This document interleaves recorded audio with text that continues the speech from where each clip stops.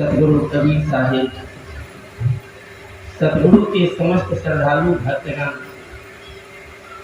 फुलकाहा समाज के सभी वर्ग के लोग, माताओं एवं बहनों, नौजवानों साथियों, श्रोतागण, बहुत हर्ष की बात है कि आज आपके इस गांव में स्वर्गीय सिंहश्री मुखिया के सुपुत्रों के द्वारा सत्संग भजन का आयोजन किया गया है और हम लोग बाहर से आकर के यहाँ के समाज में सबका दर्शन कर रहे हैं, एक दूसरे का दर्शन कर रहे हैं और सत्संग के नाम पर आनंद का लाभ उठा रहे हैं।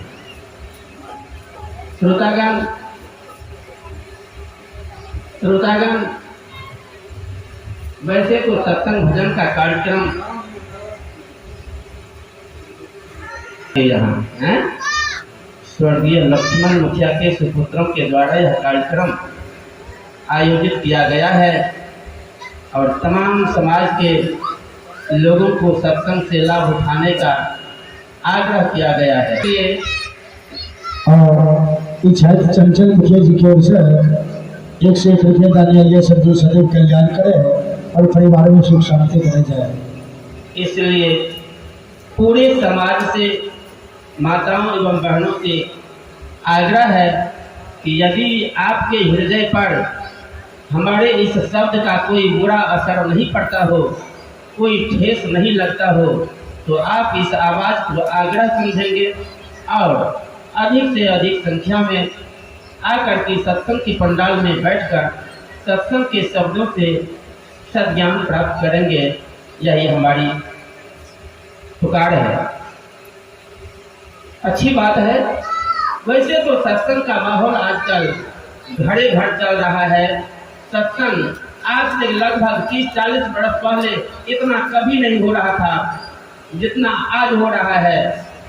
पहले तो कहीं कहीं नहीं, सब जगह खाली रहता था सत्संग, कहीं कहीं सत्संग का आयोजन होता था, चाहे कबीरपंथी सत्संग हो या रामानंद सत्संग हो। लेकिन आज के समय में सत्संग का होड़ मचा हुआ है। हर गांव में सत्संग, हर मोहल्ला में सत्संग, हर पंथ का सत्संग, सत्संग का कहीं कमी नहीं है। लोग पूरे श्रद्धा से सत्संग के नाम पर थोड़ा सा प्रसाद चढ़ा देते हैं, भजन गा लेते हैं, प्रवचन कर देते हैं और आकर के सब सुन लेते हैं। यह तो होड़ मचा हुआ है, यह नई बात नहीं है। इसीलिए मैं यह नहीं कहूँगा कि यह सत्संग जरूर सुनने के लिए आइए, सबसे अधिक सुंदर बात आपको दर्शाया जाएगा, तो बात नहीं है। सुंदर सुंदर बात तो आप लोग कितने बार सुने हैं और सुनते रहेंगे। इसी बीच में हम लोगों का भी समय संजोग से आपके गांव में भाग लेने का मौका मिला है। इसलिए इस शुभ अवसर पर आइए, इस सत्संग के कार्यक्रम से भी लाभ उठाइए, यही हमारा आग्रह है।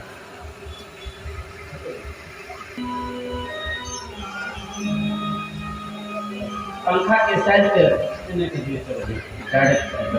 केवल सत्संग का यही माने, प्रसाद चढ़ा दीजिए, अगरबत्ती चढ़ा दीजिए, गा बजा लीजिए, प्रसाद लेकर चल दीजिए, हो गया सत्संग। ऐसी बात नहीं। क्यों नहीं है, जरा सा विचार करेंगे। यह सत्संग मंच पर अभी प्रसाद चढ़ा है, थोड़ा सा आप लोग विचार करेंगे। किसी सरपंच साहब के नाम पर नहीं चढ़ा है, कलेक्टर साहब के नाम पर नहीं चढ़ा है, मुख्यमंत्री प्रधानमंत्री के नाम पर नहीं चढ़ा है। अगर चढ़ा है सत्संग यहाँ नहीं और जगह सत्संग में अगर प्रसाद चढ़ा है और चढ़ता है तो क्यों? लेकिन भगवान के नाम पर, केवल भगवान के नाम पर प्रसाद चढ़ते हैं। मुखिया सरपंच कलेक्टर कमिश्नर के नाम पर नहीं, प्रधानमंत्री मुख्यमंत्री के नाम पर नहीं, केवल भगवान के नाम पर। तो थोड़ा सा विचार करने की बात है। विचार अगर नहीं हुआ तो सत्संग में जीवन भर बैठ करके समय बदल दीजिएगा, ताली बजाइएगा, मस्ती में झूम जाइएगा, फायदा कुछ नहीं मिलेगा। इसीलिए विचार किया जाना चाहिए। यहाँ पर गोल मटोल पढ़ाई नहीं है, जरा विचार कीजिएगा। यहाँ पर थोड़ा सा प्रसाद चढ़ा हुआ है, भगवान के नाम पर चढ़ा है। अगर हम नहीं चढ़ाएंगे तो भगवान भूखे रह जाएगा क्या?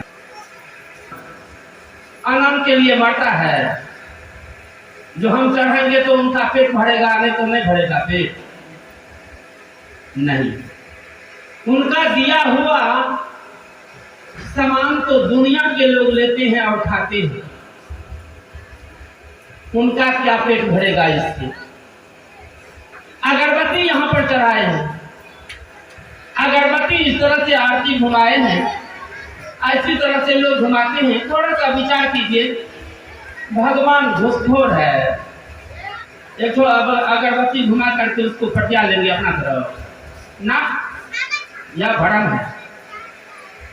यह प्रसाद और अगरबत्ती चढ़ाने जनाब पर अपना खुद चढ़ जाना। भगवान, हे मालिक, आप हमारा सहारा कीजिए, आपके सिवा दूसरा कोई नहीं है, तब भगवान की कृपा होगी। कैसे?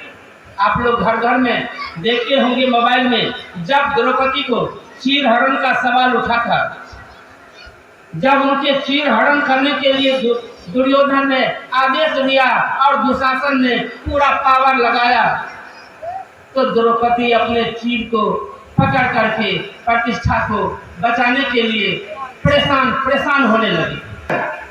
जब तक अपनों से साड़ी को पकड़ करके ताकत लगाने का प्रयास किया, तब तक कृष्ण भगवान नहीं आए, और जब अंत में विवश होकर के साड़ी को छोड़ दिए और हाथ उठा करके झंडी दे दिए, प्रभु लाज बचाइए, तब कृष्ण भगवान का वहां पर कृपा पहुंचा था।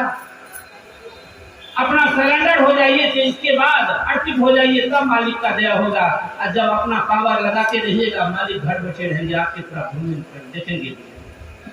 इशारा है इसीलिए कि अर्पित होइए, और यही पढ़ाई करने के लिए संत महात्मा लोग आते हैं और मानव समाज को सत्संग के बीच में सुनाते हैं, ज्ञान देते हैं। जिनके हृदय में बात सच जाता है, उनका बेड़ा पार हो जाता है, और जिनके हृदय में बात नहीं सकता, एक जन्म को कौन कहे, 7 जन्म तक सत्संग भजन सुनते रहते हैं, कोई लाभ होने को नहीं होता।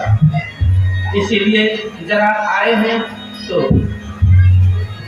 सत्संग के रहस्य को जानने का कोशिश कीजिएगा, यही हमारा आग्रह है।